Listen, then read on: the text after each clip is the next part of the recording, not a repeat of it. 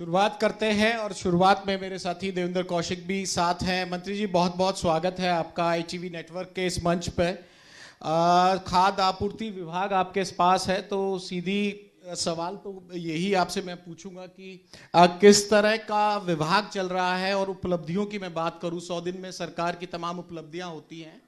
अब उपलब्धियों की जो बात है उसमें अपने डिपार्टमेंट को लेकर आपको क्या बात रखनी है?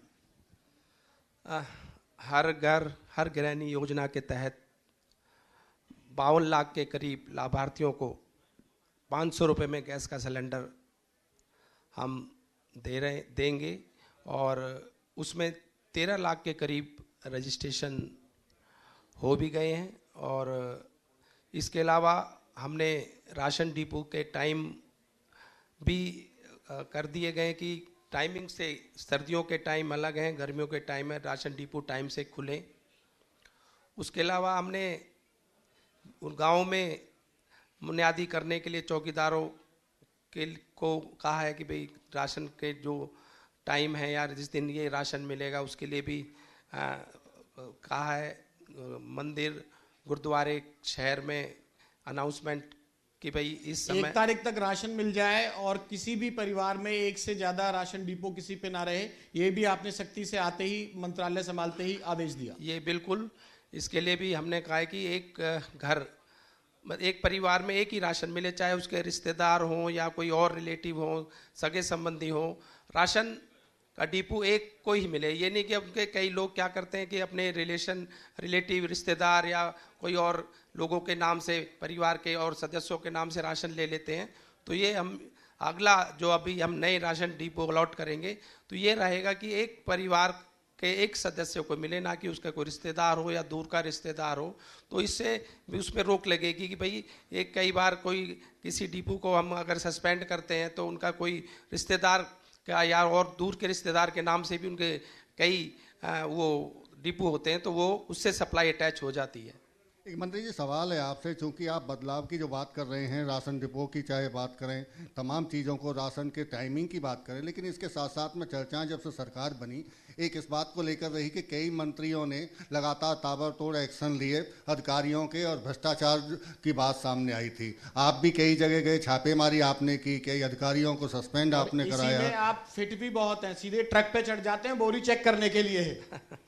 देखो, जहाँ भी शिकायत हमें मिली, पहले एक पलवल से हमें शिकायत मिली थी कि डिपो के यहाँ डिपो जो होल्डर है उसमें जो राशन जो दे रहा है, गेहूँ जो बांट रहा है, उसमें कुछ रेत मिले हुए हैं या कुछ अच्छी क्वालिटी का गेहूँ नहीं था। तो मैं खुद मौके पे जाकर पलवल में गया और जांच की और वो जो गड़बड़ी मिली, साथ के साथ ही वहाँ के DSP विजिलेंस को बुलाकर कार्रवाई की और उसकी डिपो की सप्लाई सस्पेंड की, उसकी FIR भी कराई। उसके बाद एक उकलाना हिसार में एक शिकायत मिली कि गेहूं की बोरियों के ऊपर पानी का छिड़काव करके वो वजन बढ़ाकर गेहूं की सप्लाई कर रहे हैं, तो उसको भी मौके पे जाकर वहाँ चार अधिकारियों के खिलाफ कार्रवाई की और एक FIR भी कराई जो इंस्पेक्टर थे वहाँ पर। एक अहम फैसला और आपने लिया CCTV कैमरे लगाने का। आपकी तरफ से ये भी कहा गया कि ये देश का पहला ऐसा राज्य है जहां राशन डिपो के होल्डर के यहाँ CCTV कैमरे लगाए जाएंगे। ये अमली जामा कब तक पहना पाएंगे आप? देखो, इसके लिए हम टेंडर प्रोसेस चालू कर दिया है और जल्दी उम्मीद है कि हम इसका टेंडर कर देंगे और 10,000 के करीब हमारे पूरे राशन डिपो हैं पूरे हमारे हरियाणा में, और जल्दी हम ये टेंडर करके ये CCTV कैमरे हर एक डिपो पर लगाने की प्रक्रिया चालू करेंगे। एक चर्चा राजनीति से है और राजनीति से इतर भी नहीं कह सकते। फरीदाबाद में आप लोगों के जन्मदिन की फोटो बड़ी वायरल होती है, वीडियो बड़ी वायरल होती है। 111 लेके आजकल बर्थडे का सेलिब्रेशन चलता है और आपकी दोस्ती विपुल गोयल साहब से तो है ही, लेकिन इसमें अब तिगड़ी बन गई है। जोड़ी के अलावा अब इसमें गौरव गौतम भी शामिल हो गए। क्या इशारा कर रही है ये तिगड़ी? वो 3 इक्के का सिंबल बना के आप दिखाते हैं जनता के बीच में। नहीं, देखो, विपुल भाई मेरे बचपन के साथी हैं, स्कूल में हम साथ पढ़े हैं। 40-42 साल से ज़्यादा हमारी एक दोस्ती को हो गए, एसोसिएशन को हो गए। और क्या नाम, गौरव भाई भी हमारे फरीदाबाद लोकसभा से आते हैं, पुराना उनसे भी हमारा एक रिश्ता है, क्योंकि फरीदाबाद की वजह से उनका बहुत हमारी पुरानी जान पहचान है। और हम 1-1-1-3 नहीं बोलते, उसको 1-1-1-111 बोलते हैं। वो ट्रिपल वो नहीं है, 1-1 अगर 1 करें तो 111 हो जाता है। तो इसका मतलब ये है कि ना होकर 111, मतलब हम फरीदाबाद के साथ साथ पूरे हरियाणा का तीनों मिलकर विकास करेंगे, काम करेंगे, डेवलप करेंगे। मंत्री तो एक और है ना फरीदाबाद से, अगर बात की जाए तो केंद्रीय राज्य मंत्री कृष्णपाल गुर्जर साहब भी हैं। वो केंद्र के मंत्री हैं, हम प्रदेश के मंत्री हैं। तो हम जो तीनों हरियाणा का विकास करेंगे और फरीदाबाद का विकास करेंगे। हम चाहेंगे कि हमारा हरियाणा पूरे देश में प्रगति करे और उन्नति करे और हमारा देश में हरियाणा प्रदेश का नाम पहले नंबर पर आए। राजेश जी, एक सवाल, चूंकि अब 100 दिन की हम बात कर रहे हैं, सरकार के 100 दिन और आपके विभाग की उपलब्धि 100 दिन की, ये तो विभाग की तो आप गिनाई नहीं, लेकिन एक विधानसभा में आपके जो 100 दिन का ये जो कार्यकाल रहा, उसकी क्या उपलब्धि रही, क्या फैसले विधानसभा के डेवलपमेंट को लेकर लिए गए? देखो, एक जल्दी हमें एक SDM sub division SDM office हमारे को तिगांव के लिए मिल जाएगा। उसकी प्रक्रिया चल रही है और उसका जल्दी अप्रूवल हो जाएगा। हमारे एक बाईपास की बहुत दिनों से हमने एक मांग रखी थी। मझावली पुल बनने के बाद जो कनेक्टिविटी नोएडा की फरीदाबाद से हो जाएगी, तो फिर उससे काफ़ी कई हज़ारों व्हीकल्स, गाड़ियाँ राजस्थान हमारे और गुड़गांव सोना से अगर जिसको नोएडा जाना होगा तो यहाँ से तिगांव मझावली पुल से ही जाएगी। तो उसके लिए एक बाईपास की मांग रखी थी, उसके लिए हमें मंजूरी मिल चुकी है और जल्दी वो बाईपास हमें मिल जाएगा। उसके अलावा एक जो हमारा कन्वेंशन हॉल विज्ञान भवन का काम बहुत तेज़ी से 500 करोड़ की लागत से करीब चल रहा है। सड़कों का काम करीब सभी पूरे हो गए हैं। हमारे खेतों के रास्ते जो रह गए हैं उनके लिए भी जो कभी देश आज़ाद हुआ जब से नहीं बने थे, ज़्यादातर बन गए, जो रह गए उनके लिए भी ग्रांट आ गई है। और सब स्टेशन 2 हमारे बन चुके हैं। 2 सब स्टेशन की मांग हमने और रखी है, वो भी जल्दी पूरी हो जाएगी। उसके अलावा 4 सब स्टेशन और बिजली के हमें मिलने जा रहे हैं। दिल्ली की तरफ ले चलते हैं आपको। दिल्ली का चुनाव के नतीजे आ चुके हैं और दिल्ली में तो 27 साल के बाद कमल खिला है और 11 साल की जो सरकार थी, आपकी भी बहुत तस्वीरें आई थी, आपने भी दिल्ली में प्रचार किया। ये जलेबियां बांटने का जो सिलसिला है हरियाणा से शुरू होने के बाद दिल्ली में भी जारी है। देखो, अगर जलेबी की बात करें तो गोहाना की जलेबी पूरे देश में नहीं पूरे दुनिया में मशहूर है।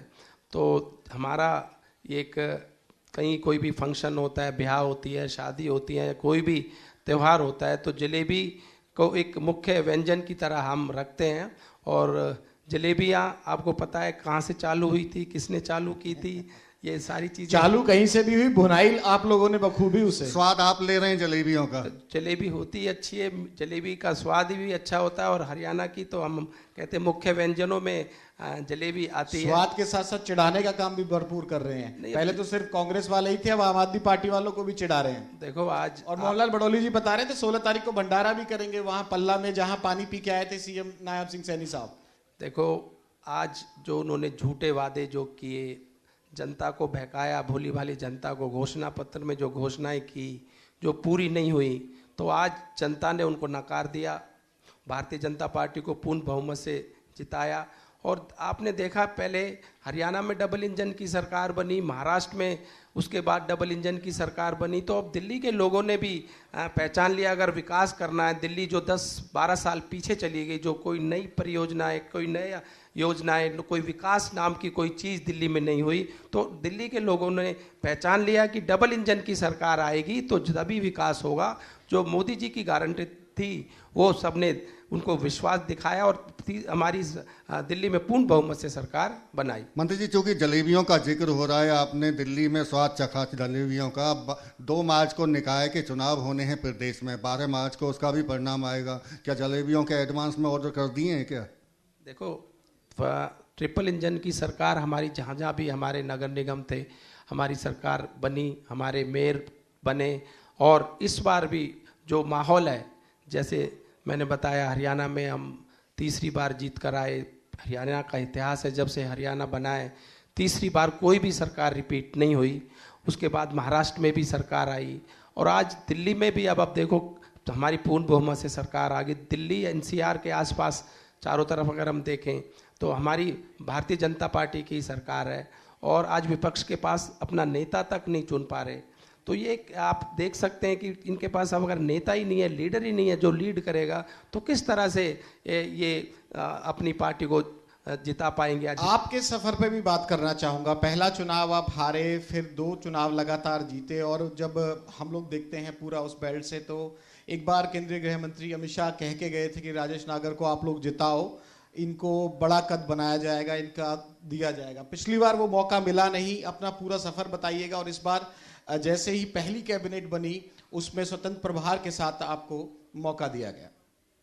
देखो, ये हमारे शीर्ष नेतृत्व तय करता है कि इसको क्या दायित्व देना है, किसको क्या बनाना है, और मैं तो अपने शीर्ष नेतृत्व का बहुत बहुत आभार और प्रकट धन्यवाद करता हूं जो मुझे 3 बार चुनाव लड़ने का मौका दिया, और उसके बाद इस बार जनता की सेवा करने के लिए मुझे मंत्री पद दिया, और वो भी मंत्री पद फूड एंड सप्लाई का, जो डायरेक्ट हमारे लोगों से जिसका डायरेक्ट जुड़ाव होता है, कनेक्शन होता है कि भाई जो राशन जो वितरण करना है, जो हमारे माननीय प्रधानमंत्री जी का एक सपना है, जो 80 करोड़ से ज़्यादा लोगों को राशन पूरे देश में बांट रहे हैं कि गरीब परिवार, कोई भी गरीब का परिवार, कांग्रेस यही तो कहती है कि भाई राशन पहुंचा दिया, सक्षम बनाने की जरूरत नहीं है, और राशन लेने वालों की संख्या लगातार बढ़ रही है। विपक्ष ये कहता है कि भाई आप लोग तो राशन देके और उनको वहीं सीमित करते हुए अपनी तरफ कर लेते हैं।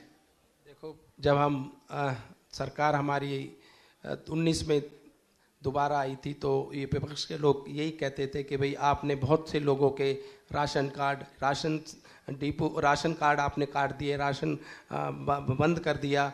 तो जब भी इनको दिक्कत थी, अगर आप कुछ परिवार और जुड़ गए हैं तो उसमें भी इनको दिक्कत है। हमारी एक मेन जो कारण है इसका डाटा उठा लेते हैं कि गरीबी रेखा से नीचे जा रहा है लगातार, और प्रदेश का जो आंकड़ा है वो गरीबी रेखा से नीचे वाले लोग लगातार बढ़ते जा रहे हैं। रणदीप सुरजेवाला का बकायदा ट्वीट था और तमाम आंकड़े उन्होंने रखे थे कि किस तरह से हरियाणा में गरीबी रेखा से नीचे के लोग लगातार बढ़ते जा रहे हैं। देखो, इसका मेन कारण एक है, पूरे भारत में जो गरीबी रेखा की सीमा रखी गई है वो 1,20,000 है। हमने हरियाणा में उसको 1,80,000 कर दिया, 60,000 और बढ़ा दिया कि जिससे और जो लोगों को ये इसका लाभ मिल सके। लाभार्थी जो और 60,000 की जो स्लैब हमने बढ़ाई है उससे इसकी संख्या बढ़ी है। तो ये मेन कारण यही था। और फिर भी ये अगर हम कम करते हैं तो जब भी इनको दिक्कत होती है, कुछ जोड़ते हैं तो जब भी इनको दिक्कत होती है, तो ये मुझे समझ में नहीं आता ये चाहते क्या हैं, कम करवाना चाहते हैं या ये जुड़वाना चाहते हैं। एक सवाल मंत्री जी, चूंकि 100 दिन का जिक्र हो गया विधानसभा का भी और आपके विभाग का भी, अगले 5 साल का जो रोड मैप है, विजन है आपका इस विभाग को लेकर, वो क्या है? देखो, अभी जैसे हमने बताया कि सीसीटीवी कैमरे हर इसकी एक डेट भी हम फिक्स करने जा रहे हैं कि भाई 1 तारीख से पहले जो अगले महीने का राशन है वो डिपो तक पहुंच जाए, जिससे जो लाभार्थी है वो उपभोक्ता है उसको दिक्कत ना आए। कई बार ये होता है कि राशन पहुंचने में 10-12 महीने की 12 तारीख, 15 तारीख, 17 तारीख तक जाता है, तो उससे जो लाभार्थी है उसको दिक्कत होती है। उसमें बहुत सारे हम सुधार हम करने जा रहे हैं कि भाई किसी को भी दिक्कत ना आए। और हम ये भी चाहते हैं कि ये जो राशन है सारा एक टाइम में ही मिले। कई बार ऐसा होता है तेल बाद में मिलता है, चीनी बाद में मिलती है, या जो गेहूं है वो बाद में मिलता है। तो हम ये चाह रहे हैं कि सारा राशन एक बार में मिले, जिससे लाभार्थी को अपने राशन लेने के लिए 2 या 3 बार ना जाना पड़े। एक सवाल इसी से जुड़ा हुआ है, आपने जो सुधारों की बात कर रहे हैं ये तो वाहिया सुधार हो गए, लेकिन आंतरिक सुधारों की अगर बात करें तो आपके विभाग में स्टाफ की बेहद कमी है, संसाधनों की बेहद कमी है। कई बार राशन जो आपके स्टोरेज जहां है वो काफ़ी दूर होती है, इस वजह से भी बताया जाता है कि देरी होती है राशन पहुंचने में। हिसार से अगर फरीदाबाद आप राशन लेके जाएंगे गेहूं तो उसमें वक्त लगता है। तो इन कमियों को कैसे दूर कर पा रहे हैं? ये बात जो आपने कही सही कही। इसमें हम जोन इसका डिवाइड कर रहे हैं कि पूरे हरियाणा को 3 या 4 जोन में बांट दिया जाए, जिससे राशन की जो ट्रांसपोर्टेशन जो है उसका समय कम लगे और ट्रांसपोर्टेशन का चार्ज भी कम लगे। तो इसके लिए हमारी एक बैठक हुई है हमारे अधिकारियों के साथ कि भाई इसको हम 3 या 4 जोन में पूरे हरियाणा को बांट दें, जिससे कि राशन भी समय से पहुंच जाए, ट्रांसपोर्टेशन का भी खर्चा कम आए। इस पे हम काम कर रहे हैं। कंज्यूमर अफेयर्स को लेकर बात करना बेहद जरूरी है, क्योंकि कंज्यूमर्स को जो प्रॉमिस किया जाता है, एक और आप आपका विभाग है, उसमें कंज्यूमर अफेयर्स के तमाम मुद्दे आते हैं। तो मंत्री जी, मैं सीधा पूछूंगा कि कंज्यूमर के जो हित हैं उनको साधने के लिए क्या रोड मैप आपके पास है और उसको कैसे बैलेंस करेंगे और ज़्यादा कंज्यूमर्स के राइट को प्रोटेक्ट करेंगे? देखो, इसके लिए कि कोई भी न्याय के लिए आता है, कोर्ट में जाता है, तो समय से उसको न्याय मिले, जल्दी न्याय मिले, उसको ये ना लगे कि भाई मेरे को इतना समय लग गया, मैंने अब कोई अपने कोर्ट में जाकर कोई अपील की या कोई न्याय मांगा। तो यही हम कोशिश कर रहे हैं कि भाई जो भी कंप्लेनेंट आए कंज्यूमर कोर्ट में, उसको टाइम से और टाइमली और समय से उसको जल्दी उसको न्याय मिल जाए, जो भी उसके शिकायत का जो अपील की है, कंप्लेंट की। थोड़ा सा पीछे चलते हैं। माहौल जब हरियाणा में था इलेक्शन का तो कांग्रेस आपके साथ शुरू हुई थी, लेकिन जीटी रोड बेल्ट कह लीजिए या फरीदाबाद कह लीजिए, वो ऐसा डिस्ट्रिक्ट बन के निकला है और अब तो पलवल भी उसमें शुमार हो चुका है कि जो स्ट्रांग होल्ड कहा जाता था, जीटी रोड बेल्ट कही जाती थी, वहां करनाल और उन एरियाज के अलावा फरीदाबाद अक्सर पिछली बार 2 बार से अगर देखा जाए तो सरकार बनाने में सबसे बड़ा हाथ फरीदाबाद और पलवल जिलों का रहा है। देखो, आज पूरे भारत में, पूरे देश में मोदी जी की गारंटी का सबको विश्वास है। मोदी जी पर सब विश्वास करते हैं और डबल इंजन की सरकार जहाँ भी होती है, एक कोऑर्डिनेशन, एक तालमेल होता है, काम होते हैं, विकास होता है। तो एक हमारे नायब सैनी जी का जो एक तरीका है लोगों से मिलना, कनेक्टिविटी, रात को 12 बजे 2 बजे भी कोई जाके उनसे मिल सकता है, उनका व्यवहार जो शालीन व्यवहार है, लोगों से मिलने का जो एक उन्होंने नया प्रचलन किया जब से मुख्यमंत्री बने, तो एक लोगों में एक विश्वास जग गया है कि भाई हमारे प्रधानमंत्री जी और हमारे माननीय मुख्यमंत्री जी, फरीदाबाद ज्यादा साथ देता है।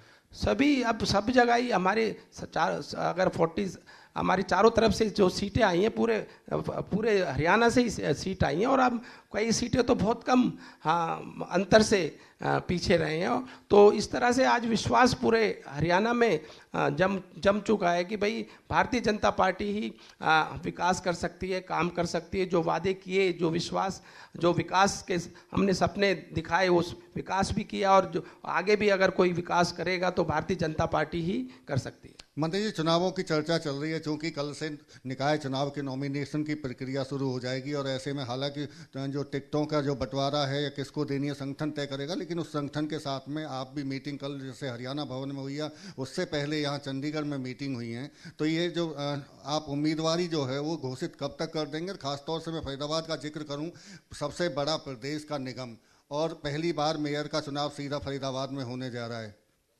देखो, फरीदाबाद सबसे पहला निगम बना पूरे हरियाणा में और बड़ा निगम भी है, काम बहुत हैं हमारे, बहुत से 6 विधानसभा करीब इसमें आती हैं, 5 तो पूरी आती हैं, 6ठी भी का थोड़ा हिस्सा आता है, थोड़ा बाहर है। तो इसकी प्रक्रिया चालू हो चुकी है, पैनल चले गए हैं, नाम भी पैनल में कुछ दे दिए गए हैं। अब आगे एक फाइनल होके आगे पैनल के नाम पे ही ब्रेकिंग दे जाओ ना, हमें जो पता है आप सही या गलत बता दो। क्या इसमें सीमा तिरखा जी जो पूर्व मंत्री हैं, रेनू भाटिया, ये 2 नाम हैं, इसके अलावा पुनीता हसीजा ट्राई कर रही थी, 2-3 नाम मुझे पता है। थोड़ा तो हिंट करके जाओ जिससे एक ब्रेकिंग तो निकले। और एक और लामा साहब, एक और इसमें जोड़ दूं, क्योंकि अब जिला अध्यक्ष से बात हो रही थी मेरी, वो कह रहे थे कि 10 महिलाओं ने आवेदन दिया है अभी तक मेयर पद के लिए। देखो, भारतीय जनता पार्टी दुनिया की सबसे बड़ी पार्टी है, दुनिया का सबसे बड़ा संगठन है भारतीय जनता पार्टी। हर एक इसमें चाहता है कि मैं इस पार्टी से चुनाव लड़ूं, इस पार्टी से जीत कर आऊं। तो ये तो मंत्री कद के भी जो रहे वो भी मेयर चुनाव में उतरने की चर्चा बड़े जोर शोर से है। सीमा तिरखा पूरी कोशिश कर रही है, देखो, ये प्रजातंत्र इसी को तो कहते हैं, सबको हक है चुनाव लड़ने का, कोई भी चुनाव लड़ सकता है और ये तो हमारा शीर्ष नेतृत्व तय करेगा किसको चुनाव लड़वाना है, किसको उम्मीदवार बन चुके हैं। हाँ, कुछ नाम गए हैं और ये पैनल अभी फाइनल आगे सेंटर में जाकर, केंद्र उसमें जाकर फाइनल। पैनल में कितने लोगों को भेजा है, कितने नाम भेजे हैं? इसके बारे में मुझे नहीं पता, कल दिल्ली में बैठक थी, मैं उस बैठक में नहीं था। भाजपा सबसे बड़ी पार्टी भी है और भाजपा से ब्रेकिंग निकालने के लिए आप कितनी तरह से पूछ लो, वहां से ब्रेकिंग देती भी नहीं है। ये तो शीर्ष नेतृत्व तय करता है हमारा कि भाई किसको चुनाव लड़वाना है, कहाँ से चुनाव लड़वाना है। तो लगातार इन मुद्दों पर बातचीत चल रही है। हरियाणा सरकार की ऐसी क्या चीज है जो कांग्रेस की सरकार बनने की उम्मीद लगाए बैठे थे जो लोग, उनको अपील करेगी, और जो तीसरी सरकार है यानी कि पार्ट 1, पार्ट 2 और तीसरा बीजेपी का सरकार है, इस बार महत्वपूर्ण रहने वाला है। आपने कहा कि सीएम साहब का जो फ्लेवर है, उनका जो अंदाज है, सबसे हंस के मिलते हैं। संत कुटीर जो उनका आवास है, उस पर सबके दरवाजे खुले रहते हैं, और आप लोगों से भी, मुझे लगता है विधायकों से, मंत्रियों से भी लगातार चर्चा सीएम साहब की रहती है। बिल्कुल बिल्कुल, मैंने पहले भी बताया आपको, मुख्यमंत्री जी का जो व्यवहार है, जो मिलनसार, जो एक कोई भी आदमी किसी भी समय उनसे मिल सकता है, तो आदमी को एक कनेक्टिविटी जो आदमी चाहिए कि 2 बजे भी आदमी अगर उपलब्ध है, 2 बजे भी आप मिल सकते हो, तो जनता के अंदर एक विश्वास जो उन्होंने कायम किया है, उसी वजह से एक मेन कारण ये भी रहा। और जो विकास हमने किए, भारतीय जनता पार्टी ने किए, हरियाणा में जो काम किए, चाहे रोडों की बात करें, चाहे हम जो विकास, जो हमारे फ्लाईओवर्स जो बने, कनेक्टिविटी जो हमारी बनी, वो उसका मेन कारण यही रहा कि विकास जो हमने किया, तो उस पर विश्वास जनता ने हमें दिखाया, जताया, और उसी वजह से 2 के मुकाबले तीसरी जो सरकार है उसमें क्या डिफरेंसेस है? क्योंकि सीएम साहब ने कई ऐसे फैसले हैं जो बदले हैं, खासतौर से आपने एक राशन वाला जिक्र किया, उसके अलावा सरपंचों की जो लिमिट थी वो भी बदली गई, और जो भी वर्ग थोड़े बहुत नाराज थे उनको लगातार कोशिश की गई कि उनको भी साध लिया जाए। नहीं, देखो, जैसे 25,000 के करीब नौकरियां जब मुख्यमंत्री जी ने हमारे कहा कि मैं मुख्यमंत्री की शपथ जब लूँगा, जब मैं 25,000 जो लोगों की एक कलम से साइन करके नौकरी दूंगा। पटवारियों की बात करें, चाहे 2600 पटवारी, और ये आज जो कायम विश्वास। भर्ती तो रुक जाती है, भर्तियों पर तो कई बार मामला चलता रहता है कि लगातार भर्ती होती है, कोर्ट से पुरानी जो आप लोग डिक्लेयर भी कर देते हैं, उसमें भी क्या नियम कायदे कानून पालन नहीं होते हैं जो कोर्ट से स्टे मिल जाता है? तो कौन जाता है स्टे लेने, कौन रोकता है, ये भी आपको पता है। ये विपक्ष के लोग ही कोर्ट जाते हैं, विपक्ष के लोग ही चाहते हैं कि किसी को नौकरी ना मिले, नौकरी हम देते हैं तो ये कोर्ट चले जाते हैं, स्टे ले लेते हैं। तो ये तो पहले से ही चलता आया, जब से हमारी 2014 से सरकार बनी है, कोई भी हमने नौकरियां दी या देना चाहते हैं उसके खिलाफ ये कोर्ट चले जाते हैं, और नौकरियों पे जो बाधा पड़ती है इनकी वजह से पड़ती है। तो लगातार तमाम मुद्दों पर बातचीत हो रही है, और मैं देख रहा हूं कि कुछ विपक्ष के चेहरे भी आना शुरू हो गए हैं। इनसे पूछेंगे कि भाई सरकार तो नौकरी देना चाहती है और आप लोग नौकरी रोक देते। सवाल आप लोग भी ना नोट करते चलना, क्योंकि कई सवाल जो वैसे हैं, इंदुराज दरवाल आ चुके हैं, मैं उनसे कह रहा हूं भाई नोट कर लेना। आप लोग भर्ती रोको गैंग के सदस्य हैं, और मंत्री जी मंच से आप लोगों पर आरोप लगा रहे हैं। सीधा भी कुछ कहना है तो कह दो, 1-2 विपक्ष के लोग आ गए हैं, कह दो, आप सीधा ही कह दो, सवाल आराम से नोट हो जाएगा। कह दिया, आप उनसे पूछ लेना, मैंने तो कह दिया, अब आप उनसे पूछ लेना, बताएंगे समय आने पे। एक आखिरी सवाल मेरा इस तरह से है कि ये पूछा जाए कि आखिरकार जो कंज्यूमर अफेयर्स है और राशन का जो मामला है, उसकी कोई और भी बड़ा मास्टर प्लान भी आप लोगों के पास है कि जो राशन में देना है, या फिर उसकी जो लिमिटेशन की आपने बात की कि भाई 120 से 160 हमने कर दिया। राजेश नागर साहब, इन 5 साल में हरियाणा वासियों को अपने तमाम मंत्रालयों में क्या क्या ऑफर करने जा रहे हैं? सीधा संवाद आप जनता से, हरियाणा की जनता देख रही है सबसे बड़े मंच, सबसे बड़े चैनल नेटवर्क पर, आप सीधा संवाद कीजिए।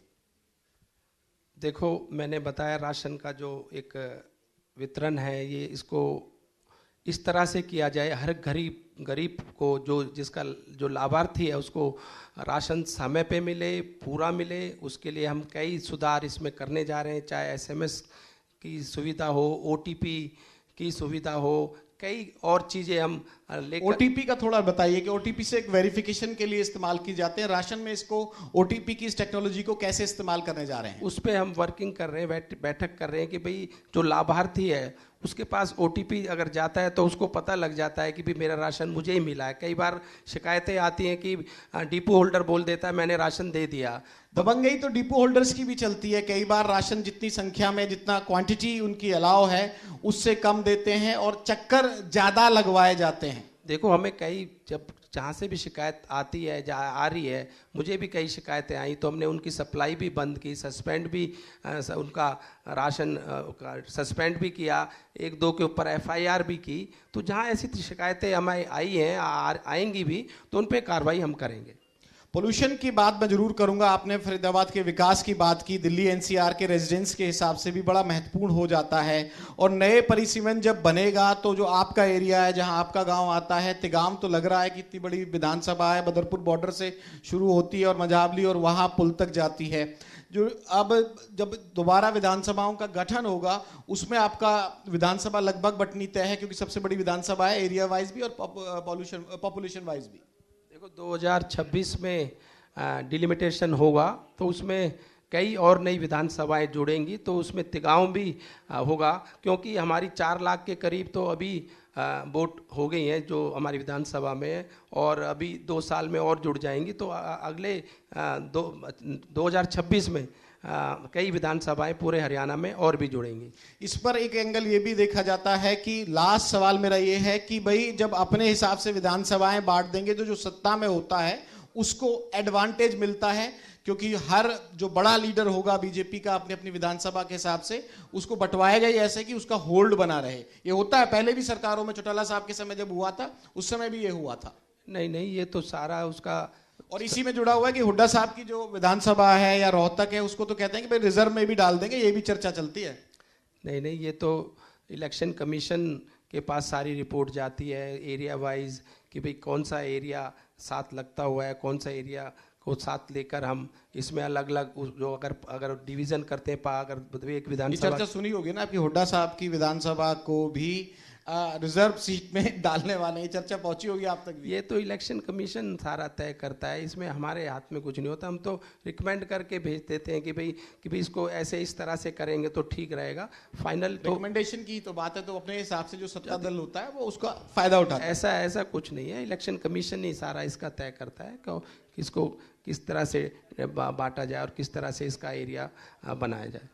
बहुत बहुत शुक्रिया मंत्री जी, बातचीत तमाम आपने रखी और तमाम जो विजन है वो भी बताया। और सबसे महत्वपूर्ण विभाग ये है कि जो राशन की बात है और गरीबों को सीधा लाभ पहुंचाने के लिए ओटीपी तक की आपने बात की कि भाई ऐसा वेरिफिकेशन सिस्टम बनाया जाए जिसमें ओटीपी आ जाए, और ओटीपी आने से ये होगा कि जिसके नाम से राशन कार्ड है उसी को सीधा राशन मिलेगा। बहुत बहुत शुक्रिया। और अंतिम व्यक्ति का जो उत्थान करने का आपका रोड मैप है, हमारे इस मंच से पूरा मैसेज आपके हरियाणा तक पहुंच गया। बेहद शुक्रिया मंत्री। धन्यवाद बहुत बहुत।